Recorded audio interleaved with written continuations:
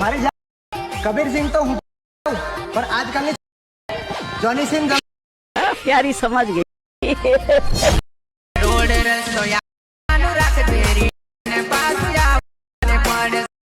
મિત્રો જે રીતના તમે આગળનો ડેમો જોયો બરાબર, જે આપણે ટ્રેન્ડિંગ ટીમલી સોંગ પર જે સ્ટેટસ વિડીયો એડિટિંગ કરેલું, તો મિત્રો એ રીતનો જો ફૂલ પ્રોજેક્ટ તમારે પણ એડ કરતા શીખવું હોય અને સ્ટેટસ બનાવતા શીખવું હોય તો મિત્રો તેની લિંક આપણા વિડીયોની ડિસ્ક્રિપ્શનમાં આપેલી છે. તો મિત્રો અહીંયાથી તમે લિંકની ડિસ્ક્રિપ્શનમાં આવી જશો બરાબર, એટલે મિત્રો ત્યાં તમને આ રીતનો ફૂલ પ્રોજેક્ટ લખેલી લિંક મળી જશે.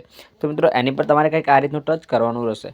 તો અહીંથી તમે ટચ કરશો બરાબર, ત્યાંથી તમારે 2 થી 3 સેકન્ડ વેઇટ કરવાનો રહેશે, જેથી મિત્રો આપણી જે લિંક છે બરાબર તે આપણા અલાઇન મોશન એપની અંદર ઇમ્પોર્ટ થઈ જશે. તો મિત્રો અહીંથી આપણી અલાઇન મોશન એપ છે બરાબર તે ઓપન થઈ જાય એટલે મિત્રો અહીં આપણો પ્રોજેક્ટ છે તેને તમારે અહીંથી વેરીફાઈ થઈને ઇમ્પોર્ટ કરી લેવાનો રહેશે.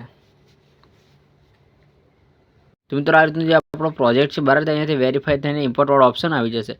તો મિત્રો આ રીતનું જે ઇમ્પોર્ટ વાળો ઓપ્શન છે બરાબર એની પર ટચ કરીને પ્રોજેક્ટને ઇમ્પોર્ટ કરીને ઓપન કરી લેવાનો રહેશે.